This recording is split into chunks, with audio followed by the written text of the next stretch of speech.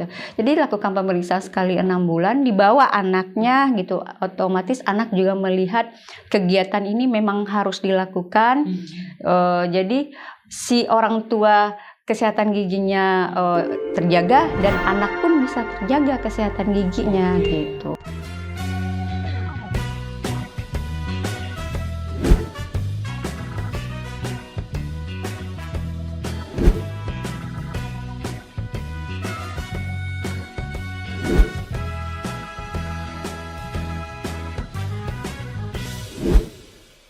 Halo sahabat Indrayana, welcome back ke podcast sahabat Indrayana. Salam sehat, salam Indrayana. Kali ini topik kita adalah membahas tentang masalah kesehatan gigi mulut pada anak. Nah, faktanya adalah hasil riset kesehatan dasar atau Rikerdas pada tahun 2018 menyatakan bahwa proporsi terbesar masalah gigi dan anak di Indonesia adalah sangat banyak. Salah satunya adalah gigi rusak atau berlubang sekitar 43,3% dari jumlah anak di Indonesia. Nah, kali ini kita akan membahas topik ini bersama dokter gigi kesayangan kita, yaitu Dokter Rika. Halo Dokter Rika. Halo. Selamat siang Dokter. Siang. Bagaimana kabarnya Dokter? Alhamdulillah sehat. Oke. Kita bahas tentang kesehatan anak, khususnya untuk gigi dan mulut ya Dokter. Dan hasil riset dasar, kesehatan dasar Rikerdas pada tahun 2018 mengatakan bahwa dari jumlah total anak di Indonesia, 45% lebih menderita gigi berlubang. Nah, itu sangat juga memperhatinkan ya Dokter untuk masalah ini. Nah, yang kita bahas, sebelum kita bahas nih tentang masalah-masalah Dokter, adalah indikator dinyatakan gigi dan mulut anak yang sehat itu seperti apa Dokter? Boleh di-share nggak Dokter? Kalau indikatornya secara WHO ada ya, ada pemeriksaannya, ada hitung-hitungannya ada. Tapi kalau secara awamnya gini, yang jelas tidak ada keluhan dari anak itu sendiri, misalnya mau sakit gigi atau apa, pokoknya fungsi pengunyahannya berfungsi baik. Terus waktu dilakukan pemeriksaan, gigi anak memang bersih, tidak ada lubang, tidak ada radang pada gusinya, dan karang giginya juga bisa dibilang nggak ada. Jadi intinya nggak ada keluhan deh dari si anak itu. Dan waktu dilakukan pemeriksaan memang nggak ada masalah. Oke. Nah, dari hasil riset mengatakan bahwa memang masalah gigi dan anak ini kurang menjadi perhatian khususnya pada orang tua yang tidak awareness terhadap kesehatan gigi, mulut dan anak.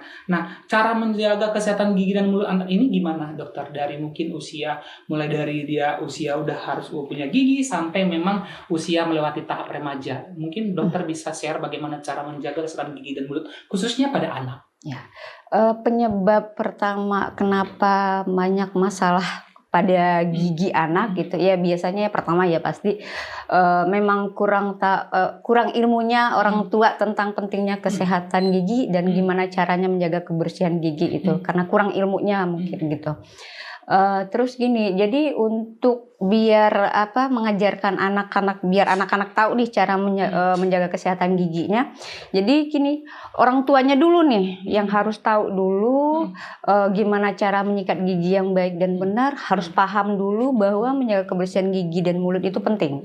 Itu pertama. Kalau orang tua udah paham, maka mereka akan siap untuk mengajarkan ke anaknya untuk gimana cara menyikat gigi yang baik dan benar. Nah, setelah udah tahu, jadi udah tahu nih anak udah siap untuk diajarkan menyikat gigi, barulah orang tua mengambil tindakan. Biasanya anak di usia 2 tahun udah bisa tuh diajarin cara menyikat gigi. Jadi sebelum anak itu akan diajarin untuk menyikat gigi, orang tua harus ngasih contoh dulu nih ke anak, rutinitas membersihkan gigi atau gosok gigi itu tuh memang aktivitas setiap hari gitu. Jadi memang setiap hari dilakukan rutinitas. Jadi anak ini menyikat gigi ini memang harus dilakukan setiap hari, baru diajarkan. Setelah diajarkan, kalau bisa mengajarkan anak itu menyikat gigi itu dilakukan dengan cara yang menyenangkan. Ya kayak kita kan bisa dilihat tuh kayak film Upin Ipin gimana serunya menyikat gigi, di iklan-iklan TV juga ada. Pokoknya dengan cara menyenangkan. Bisa juga anak diajak untuk memilih sikat giginya, mau warna apa, rasa apa. Kalau anak usia 2 tahun itu udah bisa pakai pasta gigi yang mengandung fluor gitu. Terus yang kedua, untuk menjaga kesehatan giginya, orang tua harus membatasi anak makan makanan yang manis. Membiasakan makanan sehat, banyak makan sayur dan buah dan minum. Terus itu minum susu lewat DOT itu kalau bisa jangan gitu. Soalnya kalau ngedot atau minum susu di DOT dalam waktu yang lama akan menyebabkan gigi akan gampang menjadi rusak. Dan orang tua pun tidak habis anak minum susu lupa nih ngebersihan. Kalau anak kecil otomatis nggak bisa kan, udah tidur nggak bisa gosok gigi, orang tua pun lupa membersihkan gitu.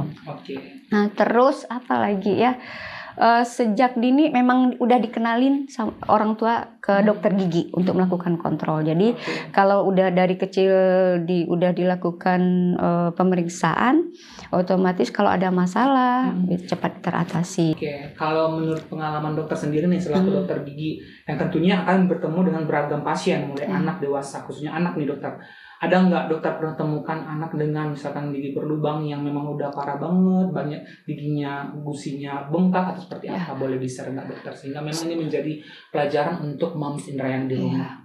Sering sih kalau misalnya anak-anak memang sering saya temukan, apalagi misalnya gigi depannya yang habis, nih udah coklat. Itu memang itu tuh kalau istilah medisnya itu baby battle caries. Itu memang penyebabnya dari ngedot. Minum susu ngedot gitu. Jadi kalau saya melihat penyebabnya itu memang kurang pengetahuannya si orang tua tentang menjaga kebersihan gigi dan mulutnya, cara menyikat giginya, ditambah anak-anak juga memang nggak bisa. Kalau anak-anak memang nggak bisa gitu, memang harus si orang tua gitu. Jadi penyebabnya memang ya karena ilmu tentang menjaga kebersihan gigi itu memang kurang gitu. Yang paling penting memang edukasi terhadap orang tua, dan orang tua harus menularkan bagaimana supaya cara menjaga kebersihan gigi itu adalah menyenangkan gitu ya dokter ya. Jadi kalau orang tua udah paham memang pentingnya menjaga kebersihan gigi dan mulut, dan paham cara menyikat gigi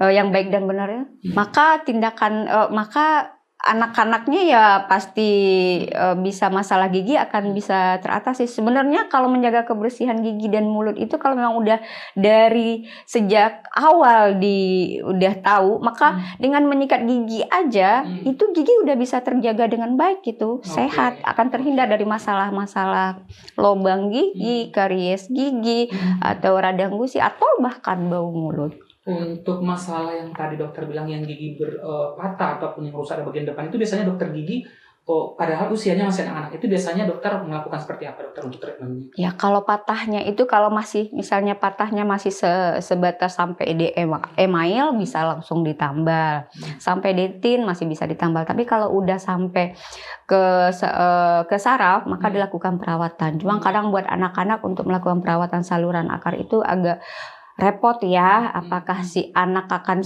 bisa sabar atau dia buka mulut gitu. Soalnya dalam perawatan saluran akar itu buka mulutnya bisa ya lama kan. Kalau orang dewasa kan gampang tuh bisa nahan gitu kan. Kalau anak-anak mah susah, jadi perlu kerjasama yang baik lah gitu. Jadi kalau tindakannya itu kalau gigi patah masih sebatas email bisa langsung ditambal.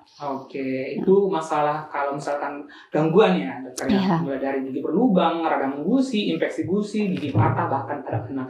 Nah faktanya adalah selain faktor ekonomi nih dokter ya, di beberapa laporan penyebab tadi yang tersebut bahwa gigi berlubang, infeksi pada gusi, faktanya selain faktor ekonomi ternyata anak-anak takut pada dokter gigi nih dokter. Itu survei nih dokter.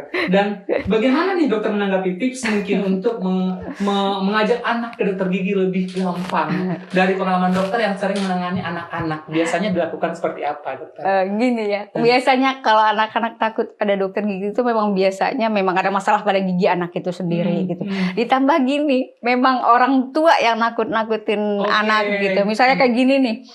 Nggak boleh makan permen banyak-banyak, nggak boleh makan coklat, nanti giginya rusak. Kalau rusak nanti dibawa ke dokter gigi dicabut gitu, sakit loh. Udah punya bayangan menyeramkan sendiri dokter. Jadi si anak-anak udah langsung membayangkan dokter gigi itu menyeramkan gitu. Jadi memang dari lingkungan, dari orang sekitar yang menyebabkan si anak-anak takut. Tapi kalau misalnya nggak ada itu, maka dokter gigi sama juga kayak yang lain-lain, sama kayak gini, dokter, kamu kalau misalnya gini-gini main jorok-jorok ntar disuntik lo sama dokter, kan begitu tuh. Jadi dokter gigi juga begitu. Jadi rata-rata umumnya memang orang sekitar atau orang tua yang menakut-nakuti, yang menyebabkan anak takut ke dokter. Iya, udah membayangkan, wah ke dokter gigi itu seperti apa, alatnya seperti apa gitu kan, nanti akan disuntik gitu kan. Jadi udah membayangkan, memang menyeramkan ke dokter gigi. Jadi memang nggak bisa dipungkiri. Jadi itu makanya orang tua stop untuk nakutin anak ke dokter gigi. Soalnya gini, kalau udah ditakut-takutin dari awal, sempat suatu saat ada masalah sama gigi, akan sulit untuk bekerja sama untuk pergi ke dokter gigi. Jadi jangan, itu salah. Kalau memang misalnya mau anaknya giginya terjaga, kita yang sebagai orang tua membatasi gitu. Sebaiknya nih berapa kali ke dokter gigi untuk anak nih dokter? Ya kalau sebaiknya sebenarnya gini, kalau baik anak-anak maupun orang dewasa minimal dalam sekali 6 bulan itu udah ada dilakukan untuk melihat ya dokter ya, pemeriksaan. Jadi jadi kalau untuk masalah anak ini ya, jadi biar anak-anak kita, orang dewasa dan anak-anak pun juga terjaga kesehatan giginya gitu. Jadi lakukan pemeriksaan sekali 6 bulan, dibawa anaknya gitu. Otomatis anak juga melihat kegiatan ini memang harus dilakukan. Jadi si orang tua kesehatan giginya terjaga dan anak pun bisa terjaga kesehatan giginya gitu. Jadi memang perlu juga pengawasan, kontrol sama seperti orang dewasa ya dokter. Apalagi anak-anak masih proses pertumbuhan dan memang pengetahuannya masih minim begitu ya dokter. Nah tadi saya tertarik dokter, dan kita juga banyak di masyarakat persepsi bahwa jangan makan coklat, jangan makan permen, nanti giginya rusak. Apakah itu betul atau seperti apa dokter? Untuk penjelasan untuk orang awam bagaimana? Ya sebenarnya kalau dibilang jangan emang ya nggak bisa juga. Kita memang nggak bisa menghindari makanan manis-manis. Tapi memang makanan manis-manis itu memang kalau terlalu berlebihan emang akan menyebabkan merusak gigi gitu. Jadi memang erat kaitannya antara banyak makan coklat atau makan permen atau minum yang manis-manis memang menyebabkan kerusakan pada gigi emang. Cuman jadi memang benar itu. Cuman kita yang membatasi, semua yang berlebihan memang nggak baik gitu. Jadi kalau memang udah tahu makanan yang manis-manis itu akan merusak gigi, ya jangan dipaksain, jangan dimakan banyak-banyak juga gitu. Satu lagi nih dok, sebelum kita tutup podcast kali ini, kesimpulan tentang bagaimana cara menjaga kesehatan gigi mulut pada anak sejak dini. Mungkin dokter kasih tips atau kesimpulan mengenai apa yang harus dilakukan orang tua tentunya. Ya, kalau misalnya kesimpulannya gini. Yang pertama, orang tua harus tahu dulu ini pentingnya menjaga kebersihan gigi dan mulut. Harus tahu gimana cara menyikat gigi yang baik dan benar. Kalau cara menyikatnya seperti biasa, sikat giginya dikasih pasta. Enggak harus pastanya sepenuh bulu sikatnya, cukup sebiji jagung, digosok ke gigi. Yang bagian depan itu arahnya atas bawah sambil menekan ke sela-sela gigi. Dioper ke belakang. Kalau di bagian belakang itu sambil memutar-mutar. Ya, tapi nggak buru-buru ya. Harus santai dan juga santai. Memang harus menyediakan waktu, tapi bukan berjam-jam juga gitu. Jadi setidaknya ini 20 kali geser, 20 kali putaran geser gitu kan. Kemudian di bagian belakangnya dengan gerakan seperti mencongkel keluar gitu kan. Terus ya nanti pas kesempatan lain kita akan bahas gimana cara menyikat gigi yang baik dan benar lah ya. Boleh dokter, untuk mengedukasi sahabat Indrayana supaya tahu nih, ternyata cara menggosok gigi baik dan benar seperti ini. Itu perlu juga mungkin dokter ya. Terus kemudian kan kalau orang tua udah paham, udah tahu gimana cara menyikat gigi yang baik dan benar, kemudian bersiap untuk mengajarkan kepada anak. Jadi kita sebagai orang tua memberikan contoh kepada anak bahwa menyikat gigi itu adalah rutinitas yang harus kita lakukan setiap hari. Kemudian kalau namanya anak-anak ya, anak-anak usia 2 tahun udah bisa diajak untuk bekerja sama. Cuman ya caranya dengan cara yang menyenangkan, timingnya. Kalau misalnya kalau untuk waktu malam jangan menjelang tidur. Soalnya kalau udah mau menjelang tidur anak ngantuk. Jadi akan sulit bekerja sama untuk cara mengajarkan cara menyikat gigi yang baik dan benar. Kemudian ya batasi makan manis-manisnya, dibatasi. Terus ngedot pakai botol ya. Kalau bisa nggak usah ajarkan anak minum susu pakai gelas gitu. Kalau misalnya kalau anak bayi nih, anak kecil nih, kalau di bawah 2 tahun kan belum bisa diajarkan menggosok gigi, ya setidaknya gini, setelah dia makan manis-manis, suruh berkumur-kumur. Kalau emang nggak bisa berkumur-kumur, apalagi bayi ya, nggak mungkin dipercaya. Cuman gini, kain kas itu dibasahi, kemudian gosok gigi, dibersihkan ke giginya. Tuh jangan lupa lidahnya juga digosok. Ya kemudian ya memperkenalkan sedini mungkin ke anak ke dokter gigi. Jadi lakukan kontrol. Jadi pas saat orang tua mau kontrol ke dokter gigi, bawa anaknya. Jadi dari kecil anak udah tahu, oh dokter gigi begini ya. Oh ternyata pergi pemeriksaan gigi ke dokter gigi itu tidak sakit gitu. Dan dokter gigi pun pada saat anak yang memang pertama kali ke dokter gigi pasti akan beradaptasi dengan anak, akan membuat anak nyaman. Jadi ya akan membuat anak lebih cepat mengerti ke dokter gigi itu tidak menyeramkan loh gitu, menyenangkan gitu. Oke, thank you dokter. Hari ini kesimpulannya sangat menarik bahwa memang pentingnya kesehatan gigi dan mulut pada anak sejak dini itu adalah peran orang tua sangat penting. Bagaimana orang tua mengerti dan paham apa yang dibutuhkan untuk kesehatan anak sejak dini, begitu ya dokter, terutama untuk membahas kesehatan gigi dan mulut. Nah dokter, terima kasih atas hari ini. Semoga topik kita tentang pentingnya kesehatan gigi dan mulut pada anak sejak dini ini bermanfaat untuk orang tua dalam menjaga kesehatan untuk anaknya. Untuk sahabat Indrayana, sampai jumpa di podcast berikutnya. Salam sehat, salam Indrayana.